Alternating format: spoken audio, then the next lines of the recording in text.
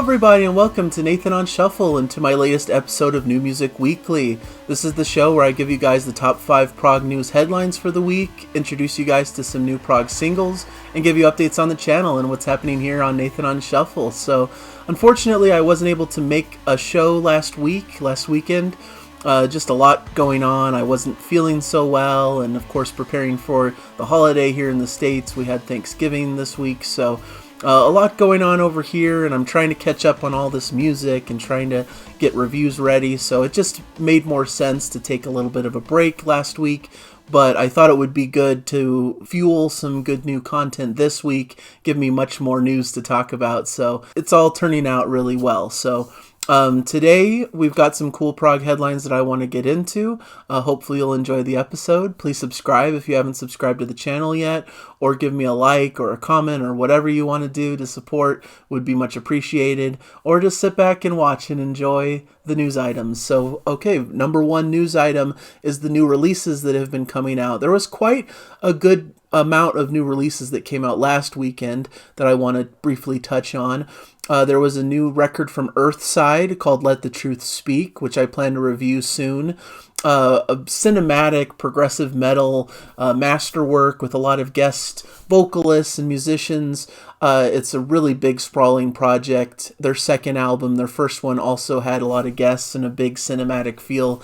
They're just doing some really creative, fresh stuff in the progressive metal genre and getting a lot of attention for it. So definitely one to look at. TEMIC released their Terror Management Theory. This is the project that features Eric Gillette from the Neil Morse Band and Diego Tejeda from Hackett.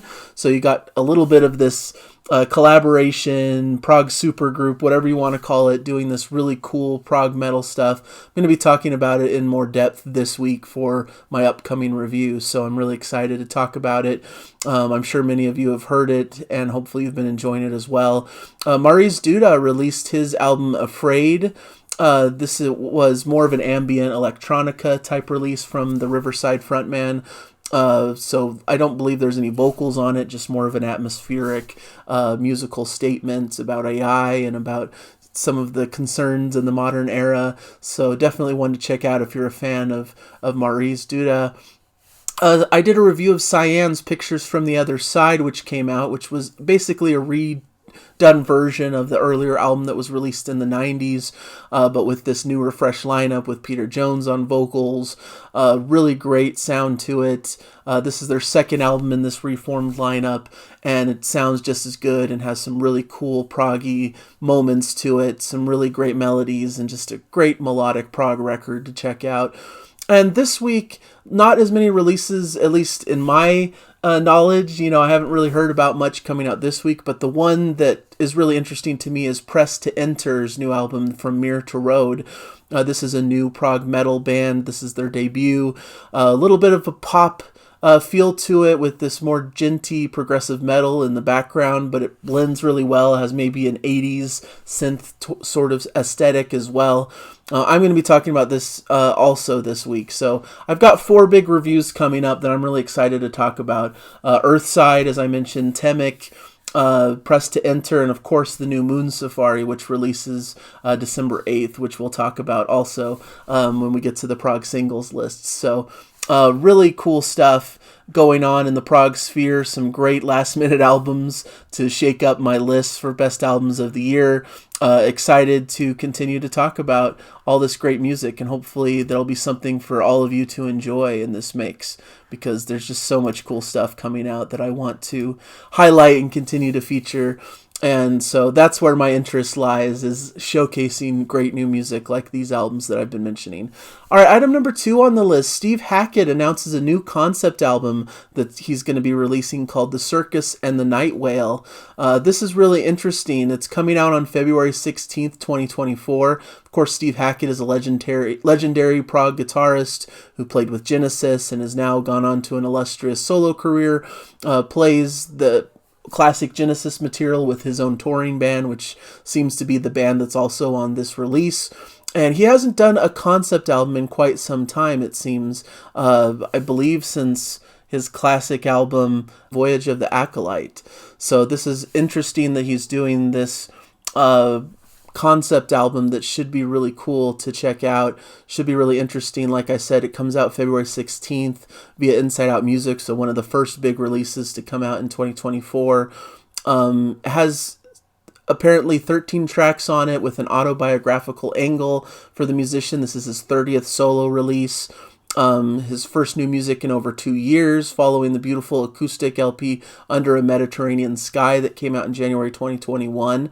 Of course, he's come out with live material since then, Foxtrot at 50 and Hackett Highlights. He puts out basically a live Blu-ray, CD, vinyl package, once a year or so. So a lot of that going on, but it's cool to see new material coming out from this super talented musician who's still going strong and still releasing some really cool stuff. So it's going to be available for pre-order from December 1st in several different formats, including a limited CD Blu-ray media book, including a 5.1 surround sound and 24-bit high-resolution stereo mix, standard CD jewel case, gatefold 180-gram vinyl LP, and a digital album featuring a stunning cover painting by Denise Marsh. So should be a really cool one to look forward to for fans of Steve Hackett and his solo material especially. And he's still touring strong. He's going to be on the Cruise to the Edge, which is coming up next year.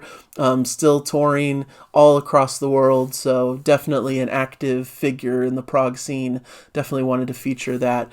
Item number 3, more of a sadder news to cover on the show here. Original Dream Theater singer Charlie Dominici is passed away at age 72, unfortunately. He was the front man of the band in those early days, sang on When Dreamin' Day Unite, their 1989 debut album, of course, and was replaced by James Labrie shortly after. He performed a few shows with them in support of that album, but they just decided it wasn't a good fit for the band, but he still remained a active presence in the music scene and progressive metal. I believe he's had some solo records, or at least records under the name Dominici.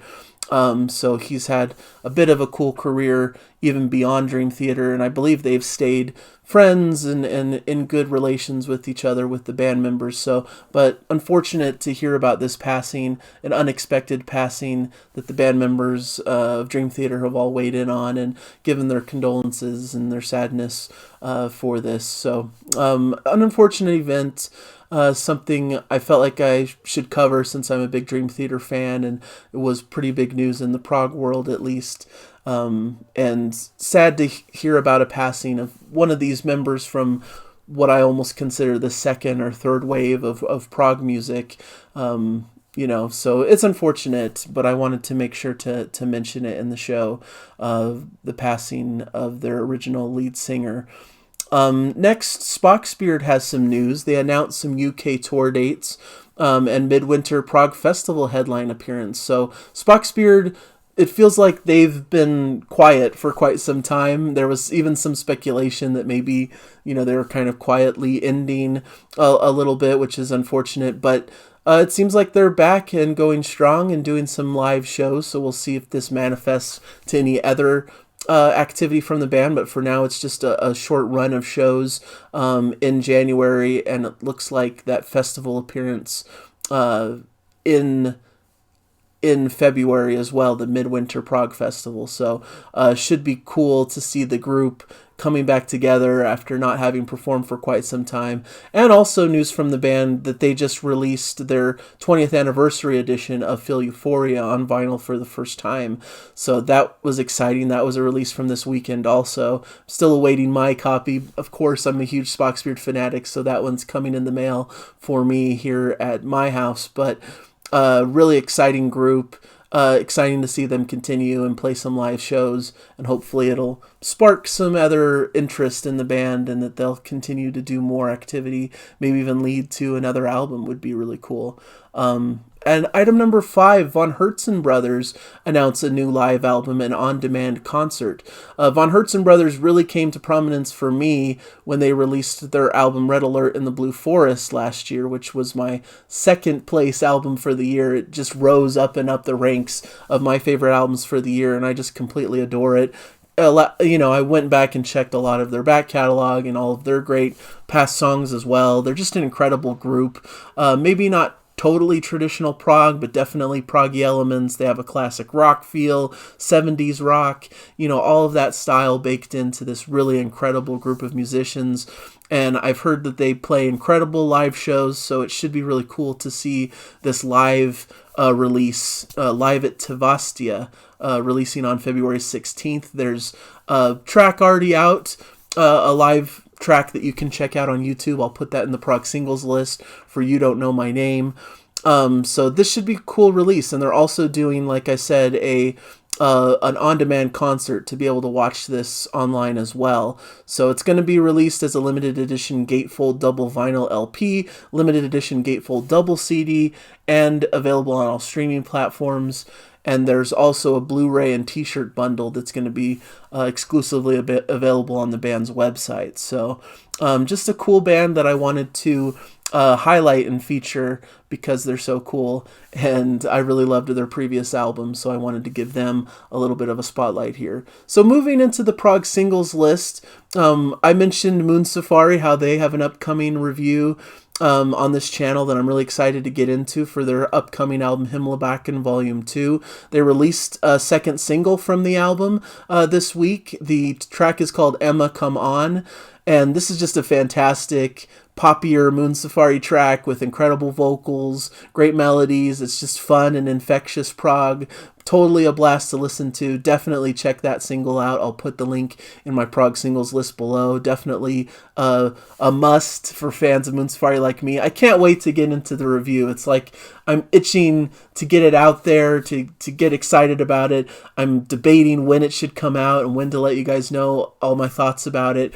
I'm thinking it's smarter to do it closer to the release, so the review will probably come out the week of the 8th when it comes out, so just to get people ramped up and excited about the upcoming album. But I know my fellow colleagues are all going to be talking about it around the same time, so but hopefully you like my fresh takes on these albums, even if I put out similar reviews as other YouTubers that many of you follow. But I just try to focus on what I'm doing and try to give you guys good content on a regular basis, so hopefully that's working for you.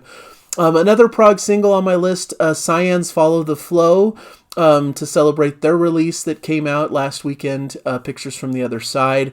This is more of a ballad type feel of a track, a little bit of a slower song, but beautiful melodies and a great performance from Peter Jones especially. And their female vocalist that they have feature on a lot of the songs, Angrad Bryn. So really great track, really one to check out. I wanted to put Opeth's Window Pane here to discuss their upcoming reissue of Damnation, the 20th anniversary reissue. This is the original video for Window Pane that they've remastered in a sense, or redid to make it a little bit more modern looking. This is like the lost tape, the track they sent off to, I believe it said on MTV or something. They gave up this videotape to showcase the band and their new track. So definitely one to check out. A classic track there, Opeth's Window Pane. From, they're usually known for their death metal type leanings, their tech metal stuff from before, but this signaled that they were changing their sound a little bit. This is a bit mellower side to their sound, which I enjoy because I'm not a big fan of the growling, heavy, aggressive vocals, but this is a really great track to showcase their softer side. The 20 Committee has a track called Forevermore from their upcoming album, The Cycle Undone, which releases December 12th. This is a really cool track that features a lot of interesting, glitchy keyboard type sounds. It really is a focus and showcase for that. They're a band that released an album called Lifeblood Psalm in 2013. So finally they're back like 10 years later with their second offering, similar to Moon Safari, taking 10 years off before their Himmelbacken Volume 2. This should be a really cool album to check out for fans of classic crossover prog with some great melodies and some great playing. I believe Annie Haslam from Renaissance is featured on the album on their big epic track there. So definitely one to check out and one I'm really curious about when it comes out. And then a lesser known track for me, at least, I saw Midas Fall and their track Cold Waves Divide Us.